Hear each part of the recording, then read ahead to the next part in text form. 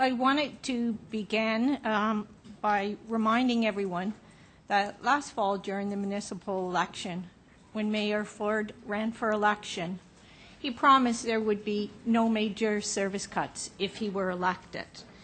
Each and every proposal that, or option that KPMG has provided amounts to major service cuts. It's reported in the Core Service Review, public consultation document, that the participants made it crystal clear that they value public services and want them to remain public. The report brought forward a multitude of options which, if adopted, would reduce, jeopardize, or eliminate many valued programs and services altogether. This is definitely not what Mayor Ford guaranteed during the election campaign. The hundreds of deputants who took the time to speak at the many committees over the past 2 weeks, and the almost 13,000 concerned people who participated in public consultations emphasized the fact that KPMG Core Service Review Report is not taking the direction that they want for their Toronto. It's important to note that Torontonians, particularly low-income families and women, will bear the brunt of many of the options proposed by KPMG through increased user fees and less access to vital services. A survey published earlier this week by the UK-based group, The Economist Intelligence Unit, ranked Toronto as the 4th most livable city in the world. Local 79 wishes to remind everyone that Toronto is such a livable world-class city for residents, newcomers, visitors, and national and international businesses because of the following. Frontline city workers who are there every day to provide programs and services, even during a crisis such as SARS, Legionnaire's disease, the blackout, the Wellesley Street apartment fire. A renowned childcare system, recreation centers, and skilled staff who provide a lifetime of activity for everyone, babies, children, youth, adults, and seniors. Nurses providing programs such as Healthy Babies, Healthy Children, and vaccination and immunization. Cleaners who maintain a healthy environment in our city facilities and protect city assets. Ambulance dispatchers who talk individuals through a crisis, sometimes of life and death proportions, until emergency services arrive. Planners who grow and revitalize the city's tax base by identifying the best use of lands for residents, business, and visitors. Thank you, Ann. Your 3 minutes is up. Any questions? Councillor Carroll, you got 2 minutes.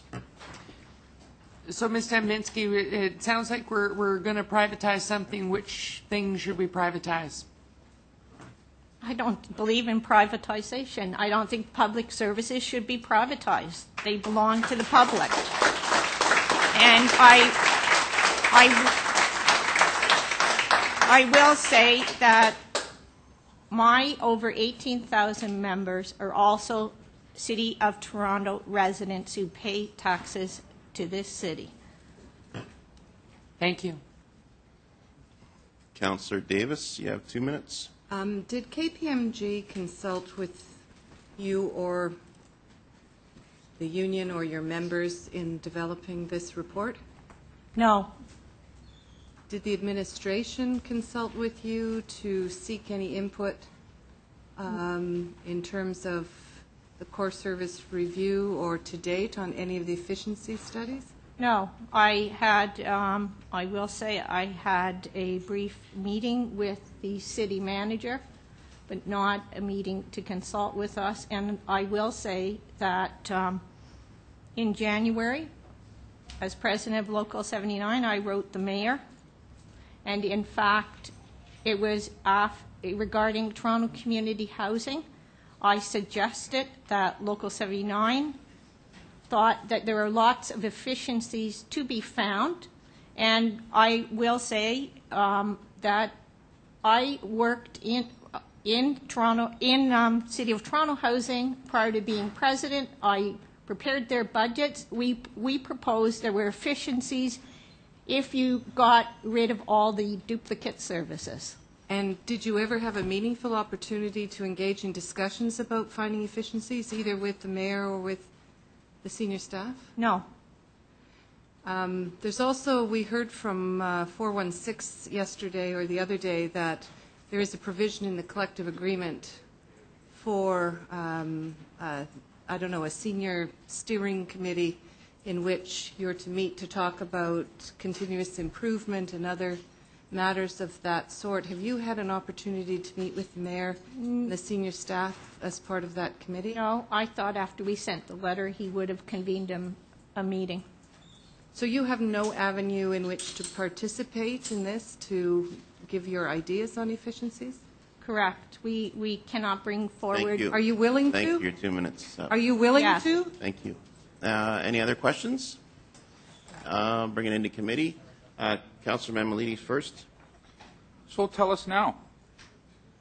This Let's, isn't the forum where to do be you- to be doing it, and I will. Not I'll give a you. forum to Well, be I'll telling give you a us few. where we should be finding the money? I'll give you a few ideas. Okay. So each and every ABC out there, TCHC, they all have a replication of City of Toronto. Prior to amalgamation, housing was in City of Toronto and in Metro Toronto. You don't need a duplicate labor relations, you don't need another treasurer, you don't need another audit department. There are all sorts of savings to be had, and we have said that for years and years. All right. So I believe that this process will highlight that, and I think that most councillors around this table, anyway, are quite prepared to make those difficult decisions.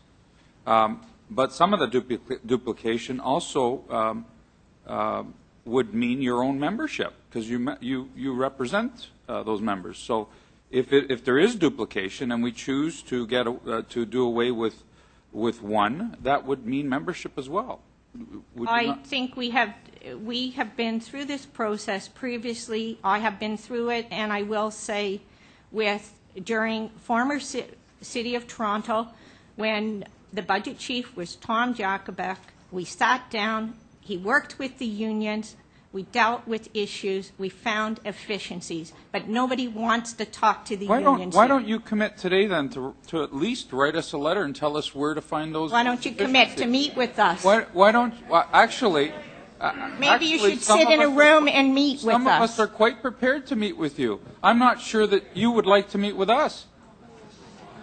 Thank you. Yes.